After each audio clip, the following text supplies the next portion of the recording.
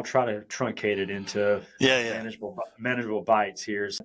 Didn't read anything in college, but for some reason, once I graduated from college, I just fell in love with books and mostly nonfiction, business, marketing, sales related.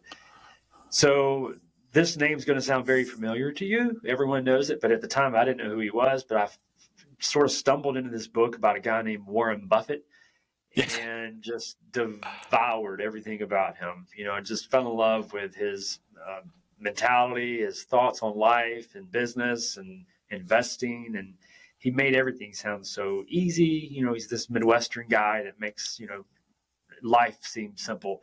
And so I said, gosh, if Warren Buffett can become this global name billionaire, then I can too.